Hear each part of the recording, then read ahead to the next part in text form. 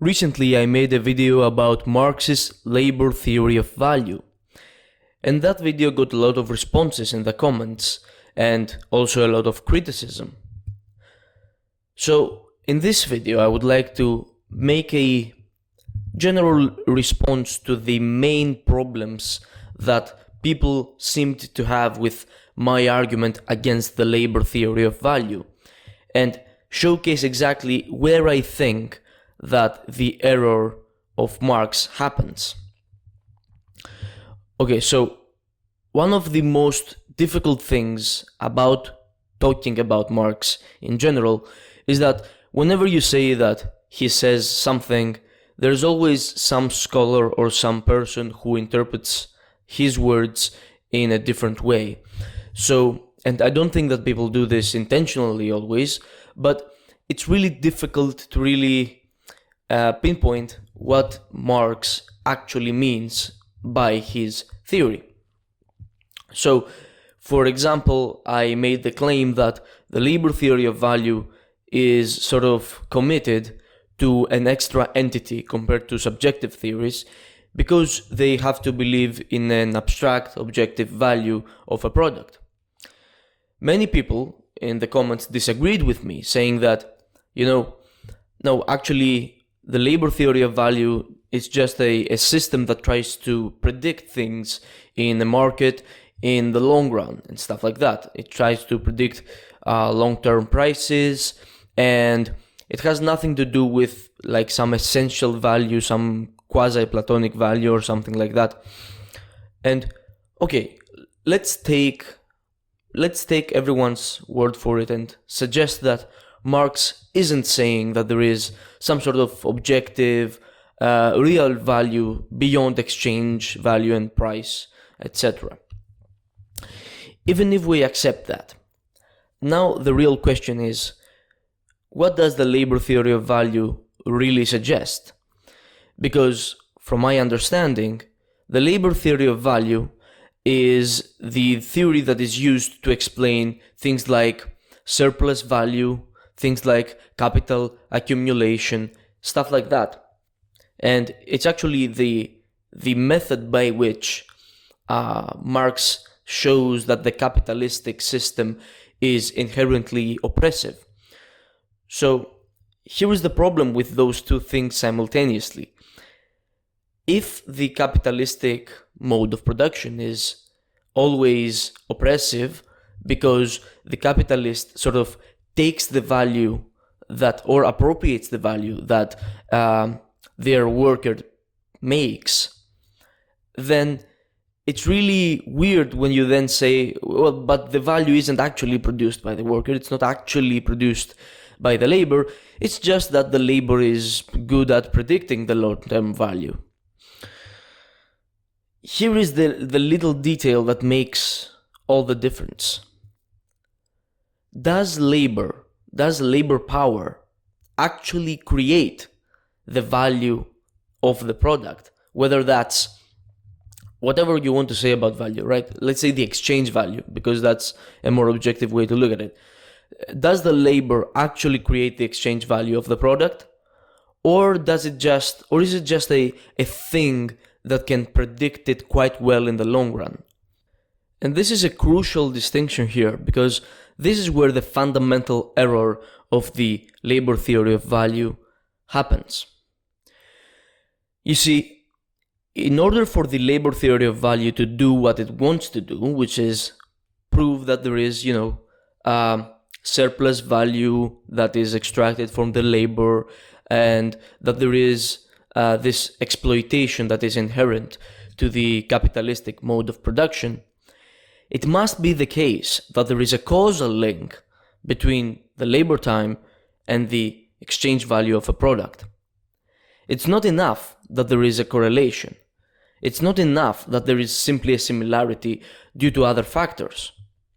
Because if the labor time that goes into making a product is predictive of its long-term price, long-term value, whatever you want to say, because of market conditions, because of competition, as I said in the previous video, then there is no reason to think that these workers are being exploited for the production of profit.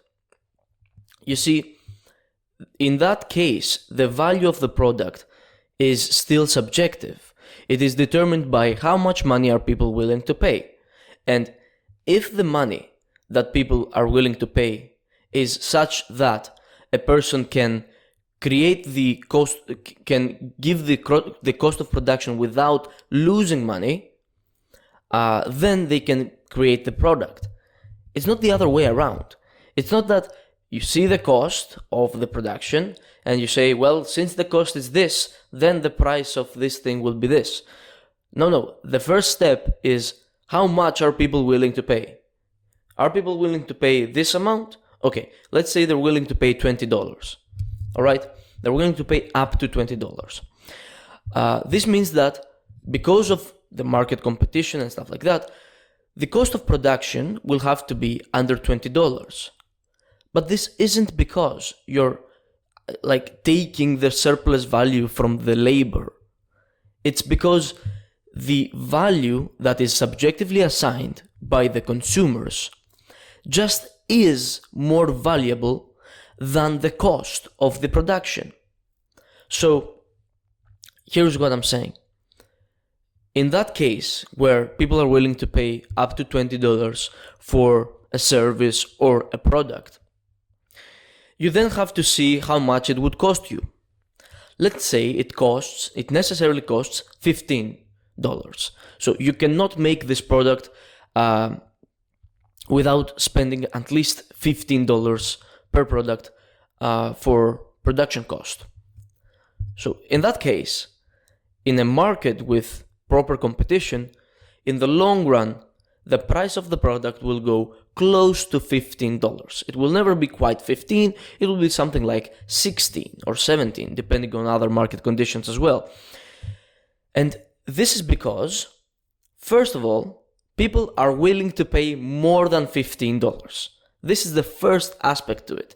People are subjectively assigning more value to the product than they are to the cost of the labor.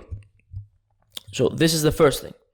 The second thing is, because other people also want to sell this product and can make a profit, more profit if they sell it a little bit less than 20, because more people will be willing to buy it then. As a result, the competition makes the price go down, close to the production cost. This is a completely different picture than the one that the Marxist can accept, because if you're saying that, this is it, this is the picture that I'm painting, and I'm just saying that, the production cost or the labor time can predict the price of a product in that sense, in a correlational sense.